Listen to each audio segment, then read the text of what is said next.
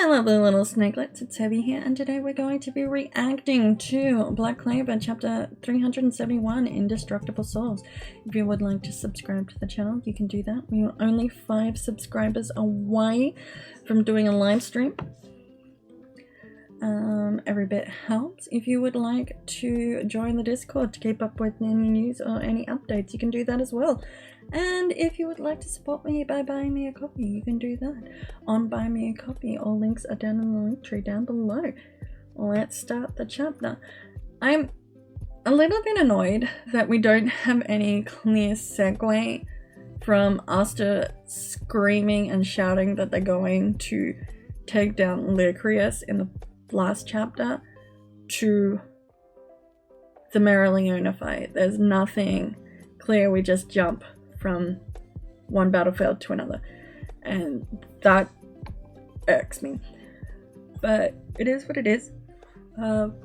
We have, I think, Ruben apologizing to Meroleona as he falls to the ground. I'm assuming it's Ruben because Ruben is the vice captain of the Crimson Alliance. Morrison then gleefully taunts Meroleona about the loss of her squad mates. He tells her that he will demonstrate a better use for living shields, and he uses Earth Magic March of the Holy Fools. A huge amount of golem-like creatures come out of the earth to do Morrison's bidding and act as his shield. Meroleona blasts the golems away with her flames, but they keep coming back to life. She realizes this is his second magic. She's smart, lady.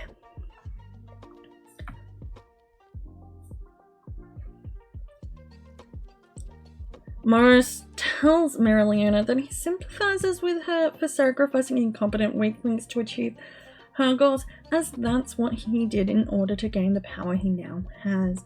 That statement seems to anger Meroleona, and she crushes even more earth golems, but she can also sense that her body's giving out beneath her, so she is too strong for her own body. Morris screams that she has reached her limit. Thank you, Captain Obvious. Meroleona even questions that herself, if she has reached it. We then get a flashback of her younger years. She is asking fellow members of the Crimson Lions to be her training partner. They don't seem they tell her they don't feel like they are worthy of being her training partner, as she's a member of the royalty and they're just normal people. So she leaves. If she couldn't get stronger with them, she'll train elsewhere. So she trained in the harshest magical environments and discovered the limitations of humanity and was almost at the top. But she fell. We then see hand-like beings grabbing her as she falls from the limitations she set upon herself. It's the members of the Golden Lions. They are telling her to train us. So this must be another flashback within the flashback of when, I guess, Reptilian kind of had his arm sliced off and was in a coma. She pushes them past their limits. They say they may not be able to keep up with her, but they are willing to be trained by her and only her. So please, let us chase after you, is what they say. We then move back to the current battlefield, where Reptilian finally shows up and is apologizing for his tardiness. We see the civilians of the Clover Kingdom shocked in amazement that Reptilian has finally shown up.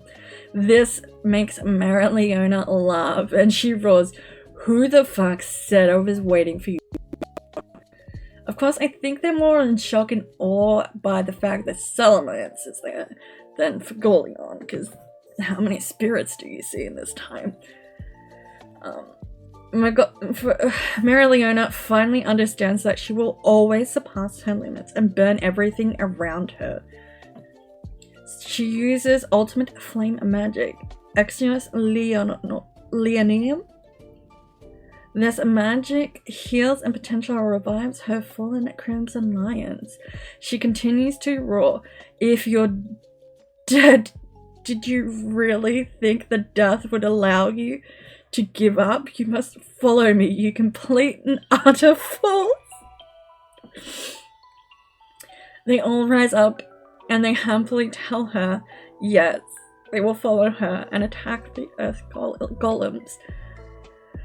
One by one, cloaked in flames. Morris doesn't understand what's going on. They will come back to life. This should be impossible for someone like her to have magic like this. Meroleona shouts, "What you have? A clumps of dirt. What I have is better." Morrison says, "That's okay, I'll just make one." And they rush at each other, but Morrison can't... Why am I saying Morrison? I don't know. Morris can't break Meroleona. It's like she's transcended and become a pure mana. The flames of resurrection burst from Meroleona. Morris, infuriated, screams at her that those flames are meant to belong to their side. And how dare she have received them? Meroleona retorts, "The mana taught me. As well as the ones who gave their lives, they taught me the shape of their soul." She continues to pulverize Morris, but he's not regenerating. Meroleona continues on roaring, "I don't give a shit about your god, but you will serve for nourishment, for my evolution. Isn't that what you wanted?" And we end the chapter.